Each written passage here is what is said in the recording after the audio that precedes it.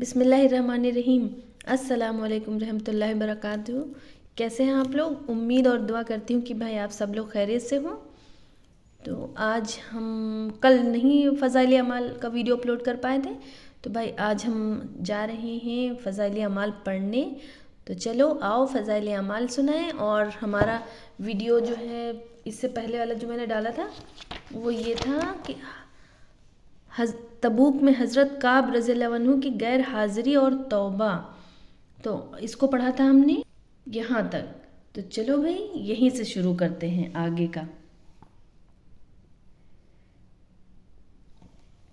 جب آپ صلی اللہ علیہ وسلم نے پوچھا تھا حضرت کعب رضی اللہ عنہ سے کہ بتا مطلب کس عذر کے اسے تم نہیں آئے جو ہے جنگ میں، تو حضرت کعب رضی اللہ عنہ نے عرض کیا کہ یا رسول اللہ، اگر میں کسی دنیا دار کے پاس اس وقت ہوتا تو مجھے یقین ہے کہ میں اس کے غصے سے معقول عذر کے ساتھ خلاصی پا لیتا۔ خلاصی مطلب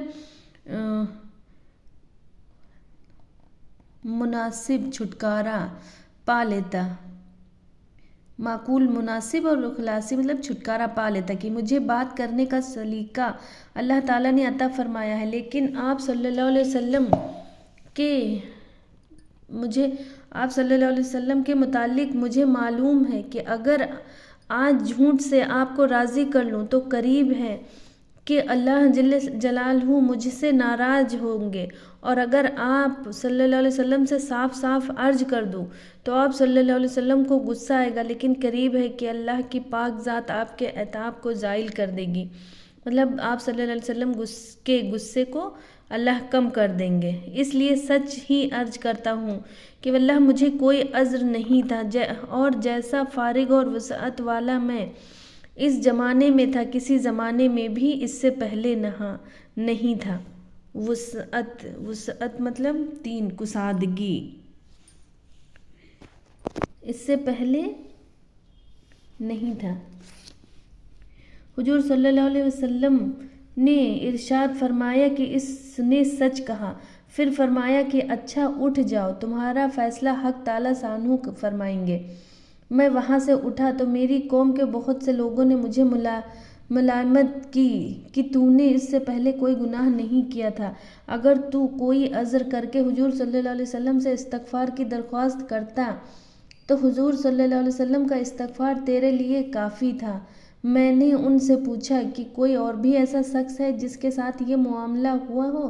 لوگوں نے بتلایا کہ 2 شخصوں کے ساتھ اور بھی یہی معاملہ ہوا، کہ انہوں نے بھی یہی گفتگو کی جو تو نے کی، اور یہی جواب ان کو ملا جو تجھ کو ملا۔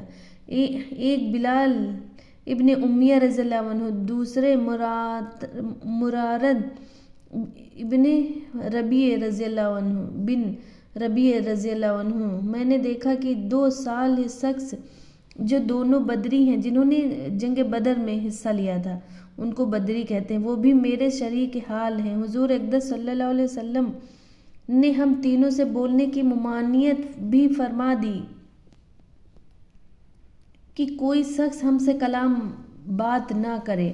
یہ قاعدے کی بات ہے کہ غصہ اسی پر آتا ہے جس سے تعلق ہوتا ہے، اور تنبیہ اسی کو کی جاتی ہے جس میں اس کی اہلیت بھی ہو۔ جس میں اصلاح و صلاح کی قابلیت ہی نہ ہو، اس کو تنبیہ کرنے ہی کون کرتا ہے؟ کعب رضی اللہ عنہ کہتے ہیں کہ حضور صلی اللہ علیہ وسلم کی ممانعت پر لوگوں نے ہم سے بولنا چھوڑ دیا اور ہم سے اجتناب مطلب بچنے لگے، اجتناب کرنے لگے، اور گویا دنیا ہی بدل گئی، حتیٰ کہ زمین باوجود اپنی وسعت کے مجھے تنگ معلوم ہونے لگی، سارے لوگ اجنبی معلوم ہونے لگے، در و دیوار اوپر بن گئے مطلب 10 اجنبی بن گئے۔ مجھے سب سے زیادہ اس بات کا فکر تھا کہ میں اس حال میں مر گیا تو حضور صلی اللہ علیہ وسلم جنازے کی نماز بھی نہ پڑھیں گے، اور خدا نخواستہ حضور صلی اللہ علیہ وسلم کا وصال ہو گیا تو میں ہمیشہ ہمیشہ کے لیے ایسا ہی رہوں گا۔ نہ مجھ سے کوئی کلام کرے گا، نہ میری نماز پڑھے گا کہ حضور صلی اللہ علیہ وسلم کے ارشاد کے خلاف کون کر سکتا ہے۔ غرض ہم لوگوں نے 50 دن اسی حال میں گزارے۔ میرے دونوں ساتھی تو شروع ہی سے گھروں میں چھپ کر بیٹھ گئے تھے۔ میں سب میں کوی تھا، چلتا پھرتا، بازار میں جاتا، نماز میں شریک ہوتا، مگر مجھ سے بات کوئی نہ کرتا۔ حضور صلی اللہ علیہ وسلم کی مجلس میں حاضر ہو کر سلام کرتا اور بہت غور سے خیال کرتا کہ حضور صلی اللہ علیہ وسلم کے لب مبارک جواب کے لیے ہلے یا نہیں۔ نماز کے بعد حضور صلی اللہ علیہ وسلم کے قریب ہی کھڑے ہو کر نماز پوری کرتا اور آنکھ چرا کر دیکھتا کہ حضور صلی اللہ علیہ وسلم مجھے دیکھتے بھی ہیں یا نہیں۔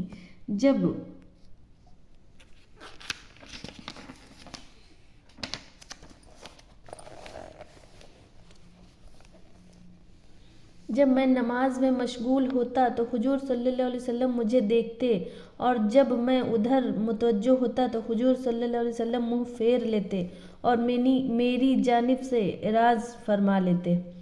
غرض یہی حالات گزرتے رہے اور مسلمانوں کا بات چیت بند کرنا مجھ پر بہت ہی بھاری ہو گیا۔ تو میں ابو قتادہ رضی اللہ عنہ کی دیوار پر چڑھا۔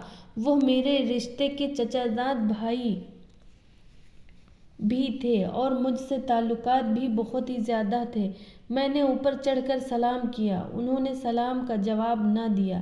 میں نے ان کو قسم دے کر پوچھا کہ کیا تمہیں معلوم نہیں کہ مجھے اللہ اور اس کے رسول سے محبت ہے؟ انہوں نے اس کا بھی جواب نہ دیا۔ میں نے دوبارہ قسم دی اور دریافت کیا، وہ پھر بھی چپ ہی رہے۔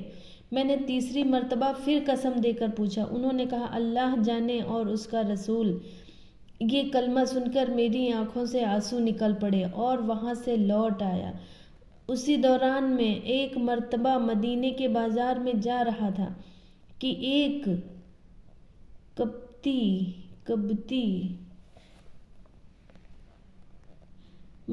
مصر کا رہنے والا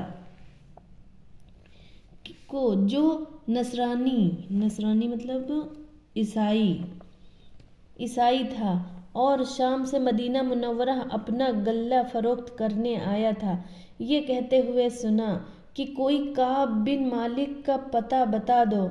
لوگوں نے اس کو میری طرف اشارہ کر کے بتایا۔ وہ میرے پاس آیا اور غسان ایک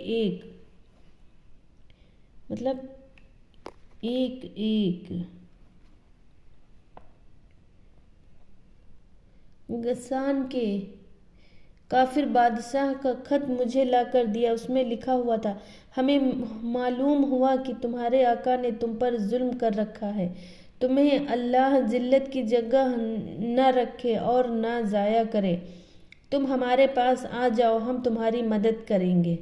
دنیا کا قاعدہ ہوتا ہے کہ کسی بڑے کی طرف سے اگر چھوٹوں کو تنبیہ ہوتی ہے تو ان کو بہکانے والے اور زیادہ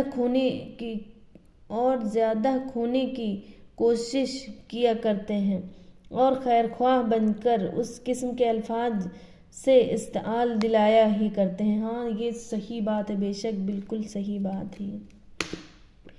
کعب رضی اللہ عنہ کہتے ہیں کہ میں نے یہ خط پڑھ کر انا للہ پڑھی کہ میری حالت یہاں تک پہنچ گئی کہ کافر بھی مجھ میں طمع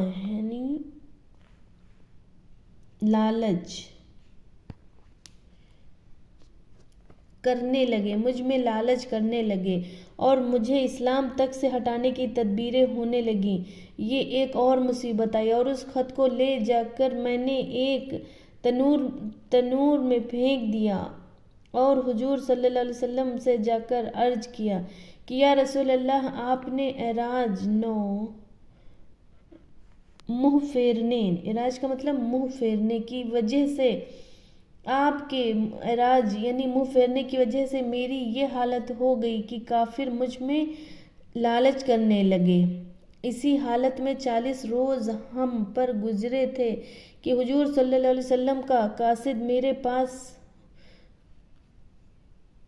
پیغام لانے والا، قاصد مطلب پیغام لانے والا، میرے پاس حضور صلی اللہ علیہ وسلم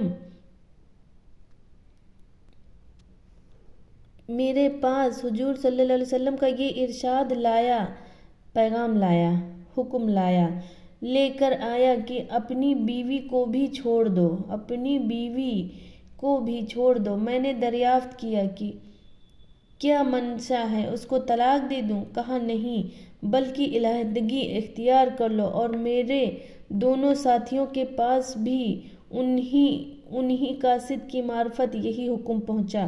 میں نے اپنی بیوی سے کہہ دیا کہ تو اپنے میکے میں چلی جا، جب تک اللہ تعالیٰ شانہ اس امر کا فیصلہ فرمائیں گے وہیں رہنا۔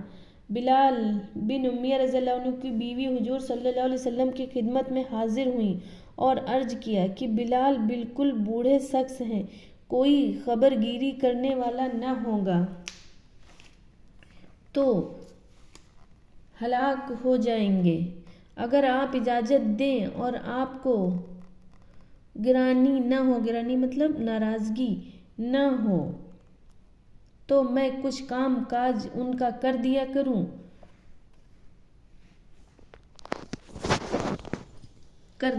تو بھائی آج ہم اتنا ہی پڑھیں گے، کیونکہ پھر ویڈیو بھی بہت لمبی ہو جائے گی اور ہم جا رہے ہیں نماز پڑھنے۔ تو اب انشاءاللہ پھر آپ کو کل جو ہے آگے کا ویڈیو جو ہے سنائیں گے، فضائل اعمال کل جو ہے انشاءاللہ آگے کا سنائیں گے۔